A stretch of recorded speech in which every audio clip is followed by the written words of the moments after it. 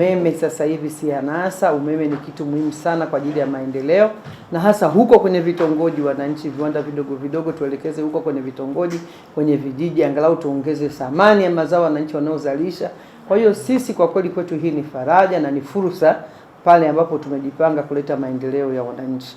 Lakini kama tulivyosema, muona serikali yote iko hapa na wataalamu kwamba tutawapa ushirikiano wa kutosha kuhakikisha kwamba mkandarasi anafanya kazi bila buguza.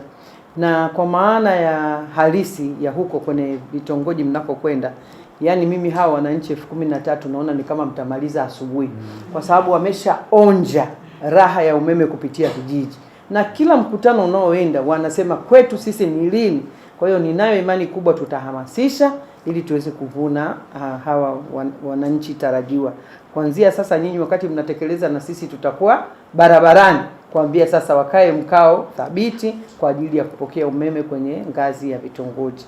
Kwa hapa Singida tumekuja kumtambulisha mkandarasi anayetekeleza mradi huu wa HEP2B katika mkoa wa Singida, ambaye anaitwa China Railway Group 4 Engineering Company Limited, ambayo atatekeleza mradi huu hapa mkoa wa Singida, ambapo atapeleka umeme katika jumla ya vitongoji 376 na pia ataunganisha wateja wapatao 13,259, na gharama ya mradi huu ni takribani bilioni 45.6. Kwa hiyo ni hela nyingi ambayo serikali imezitenga kwa ajili ya kupeleka umeme kupitia mradi huu wa HEP2B hapa mkoa wa Singida.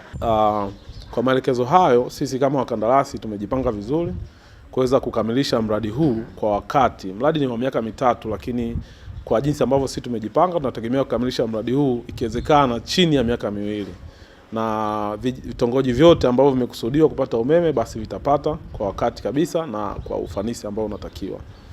Lakini jambo lingine ni kwamba tunategemea kuwa na ushirikiano mzuri wa sisi TANESCO, REA pamoja na serikali, kama ambavyo mkuu wa mkoa ameahidi kuweza kutupatia ushirikiano wakati wote wa utekelezaji wa mradi huu.